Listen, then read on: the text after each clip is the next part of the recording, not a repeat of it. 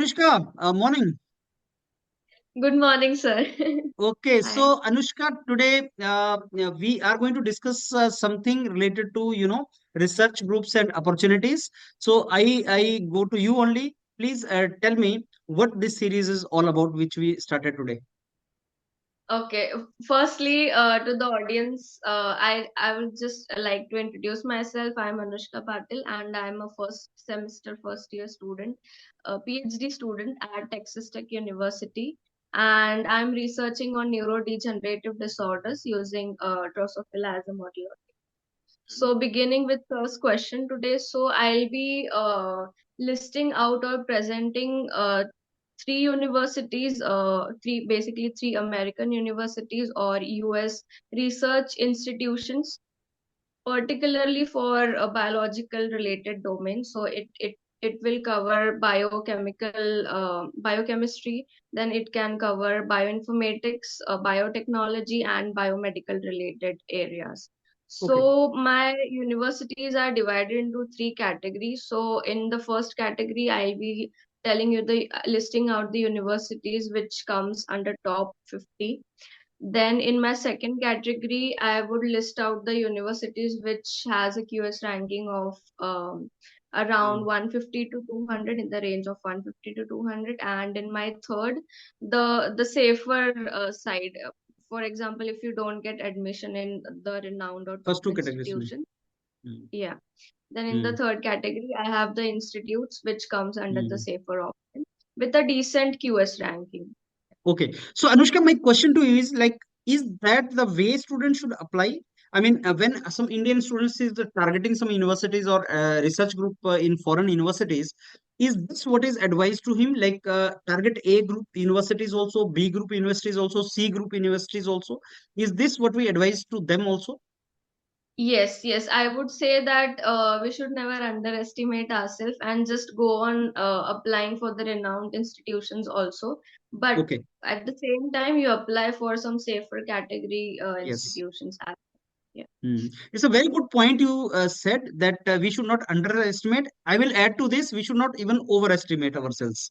Not underestimate, don't overestimate in the sense that there are some students, Anushka, who are having wonderful academic and research background. Yeah. They tell me that, sir, I'm only going to apply in Ivy League. I suggest them, okay, you do that. But if you are planning to apply in 10 universities, maybe you are targeting 5 Ivy League, that's okay. But then don't forget to apply in other universities also to be on the safe side. At the same time, Yes. Anushka, I have seen that even students who think their academic and research background is average, they also get opportunities and positive response from Ivy Leagues. So I think typically we should select universities from these three groups. All Okay, the now three coming for categories. yeah, three categories. So coming forward, Anushka, which three universities you have identified today for students? Okay, so in my first category, that is institutions under top 50. So Mhm, it's Johns Hopkins University, which is a globally renowned institution for specifically for biological related research. And in mhm. my second category, I have University of Maryland, which is in Mhm. College Park. And in Okay. my third category, I have University of Texas at Dallas. Okay. So So these three these are, universities we want to show. yeah. Wonderful. Okay. So can we start our presentation now, Anushka? Yes. So, to the audience, so I'm going to present you a presentation that I've created. I'll be covering just the gist of the universities and what are the specific biological related areas they are famous in. So, I would like to share my screen.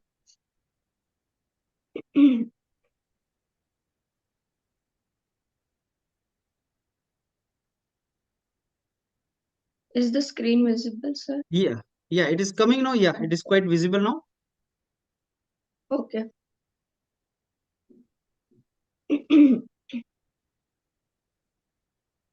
So, so these are some of the renowned US institutions specifically for biological sciences. And just as I mentioned you earlier, the university in my first category, it's Johns Hopkins University, which is also known as JHU. So it is ranked 32nd globally, which is amazing. And the location, it's located in Baltimore, which is in the state. So Baltimore is a place, and Maryland is the state, which is one of the states near New Jersey in the United States. So basically, GHU is renowned for its contributions to molecular biology, genetics, and cancer research. So if you're interested in studying cancer research, or maybe genetics or molecular, or even for that matter cellular biology, then I think JHU is a perfect institution. And it is also home to Bloomberg School of Public Health. So if you're interested in research areas related to some public health and some of the biomedical programs, then this is one of the ideal institutions. So, School of Medicine and Interdisciplinary Research Institutes makes it a leader in the field. So, if even if you're interested to study medicinal related aspects, you can try for this university. Then I have the second university, that is in the basically in the second category, that is University of Maryland, which is in College Park.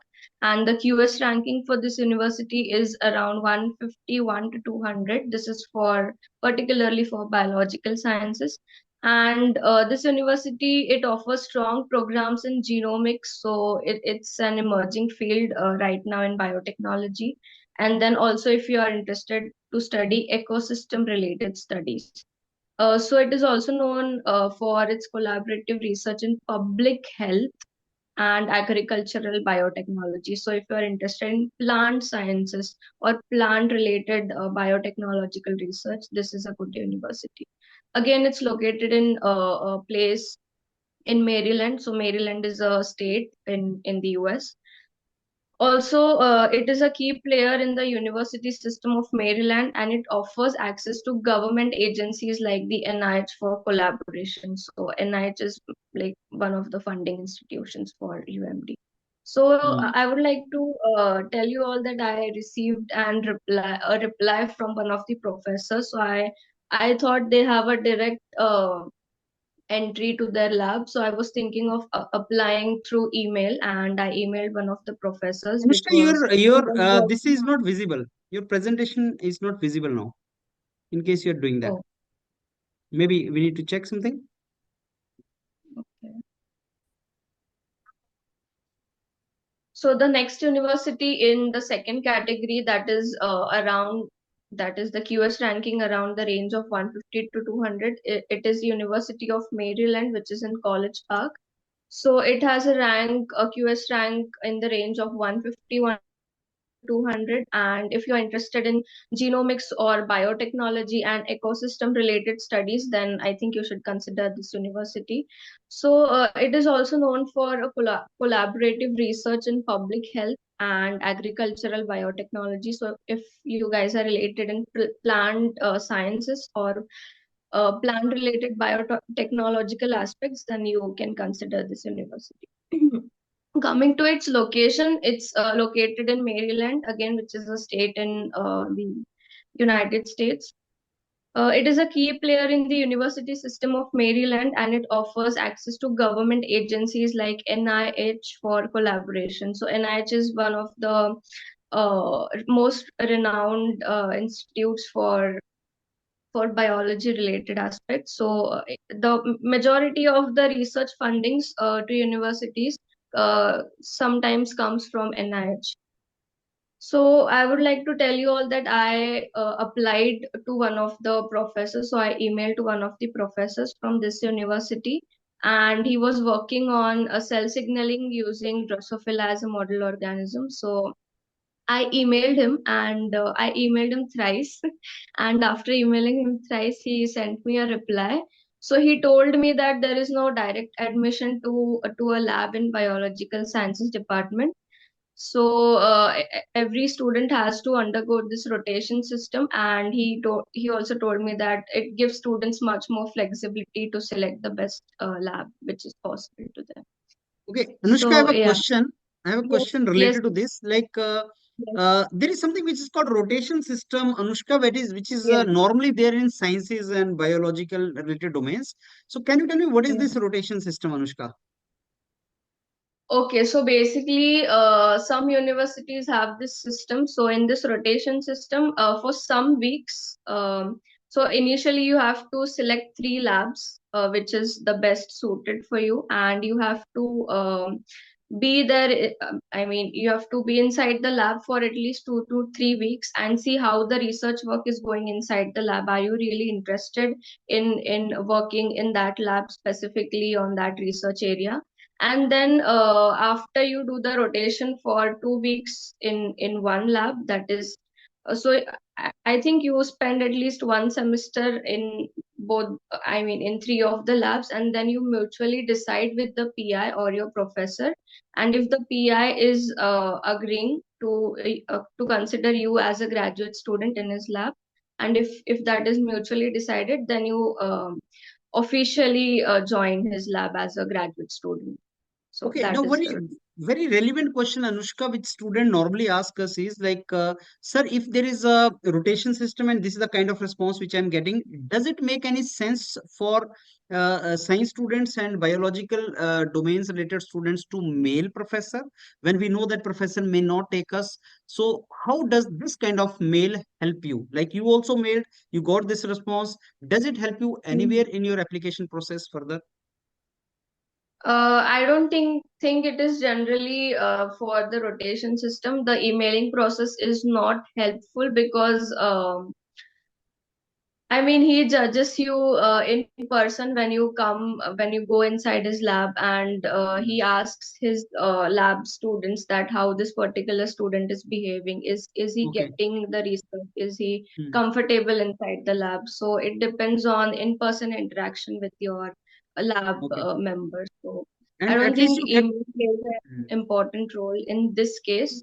mm. But But I think you get to know whether there's opportunity or not, right, Anushka? yeah, exactly. Yes. Mm.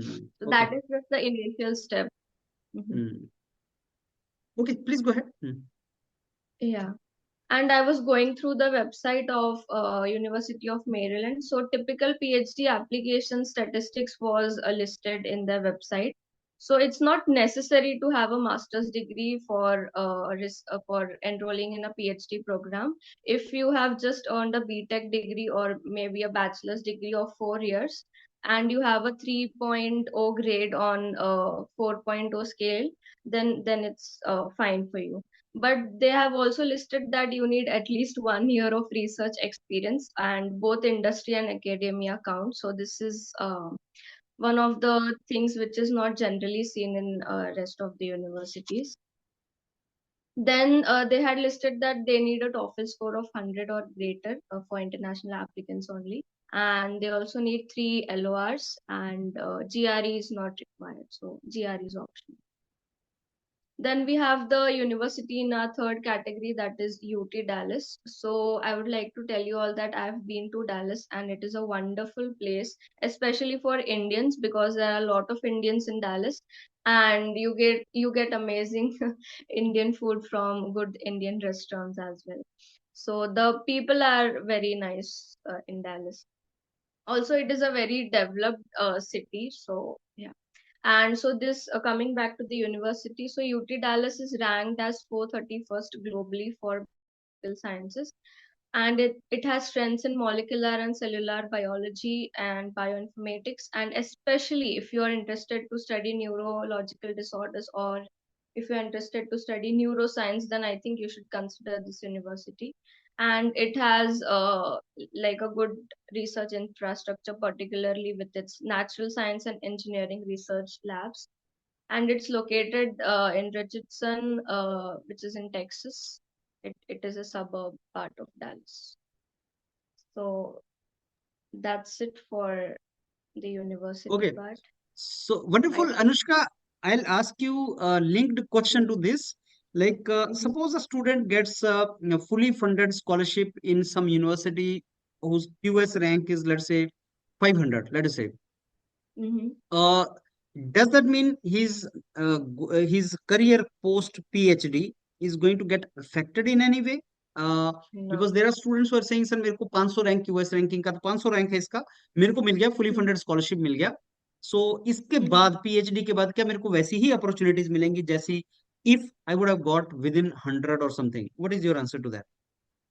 No, I don't think this is a case because generally after PhD you are asked for either your publications, how many Hmm. publications you have, either Hmm. they see your thesis or what actual research you have conducted.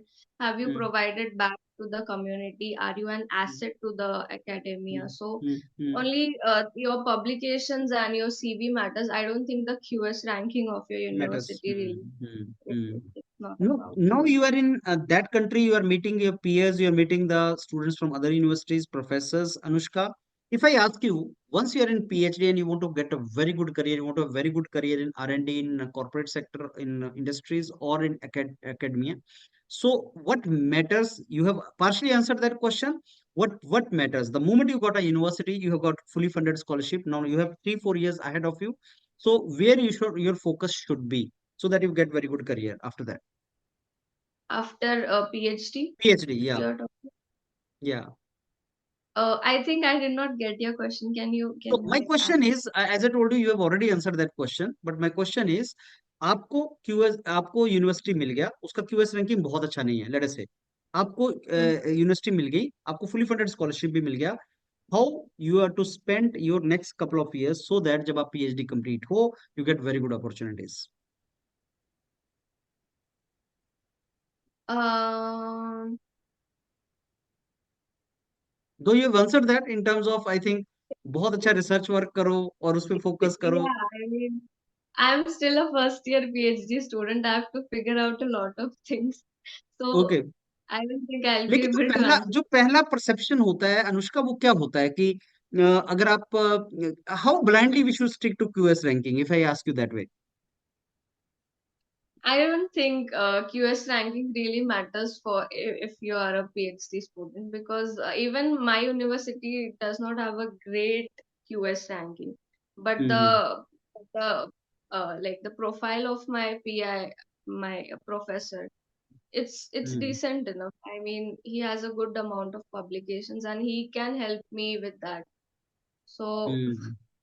I don't think QS And ranking I really believe matters. wonderful, It has an wonderful, advantage. I think wonderful professors are sitting in very good, in those universities also whose QS ranking may not be good. Am I right in that, Anushka? Yeah. Yes. Yes. Exactly. Because of their personal reasons maybe, कि ऐसा भी हो सकता है कि professor is wonderfully good, I mean in his own domain, he say world number this thing in a particular field, and the university in which he is sitting, that university का QS ranking शायद बहुत अच्छा नहीं है. Hmm. Maybe it can be some family reasons as well, Yeah. because the person wants to settle in some particular area with his family, and the nearest Hmm. university to his location maybe is not of a great QS ranking. So that can Hmm. be What about? personal reason as well. So Okay, so I think Anushka will sum it up here only, and let me thank you once again, Anushka. The series which we have started, like every week, we'll discuss three universities in three categories: high ranked, middle ranked, and low ranked universities, giving wonderful career opportunities. One assumption is like whatever we suggest to students, that should provide them very good career opportunities later on, and we will be telling them these are the options. So thanks a lot, yeah. Anushka, once again. Catch you next week Thank you so again. much. Thank you.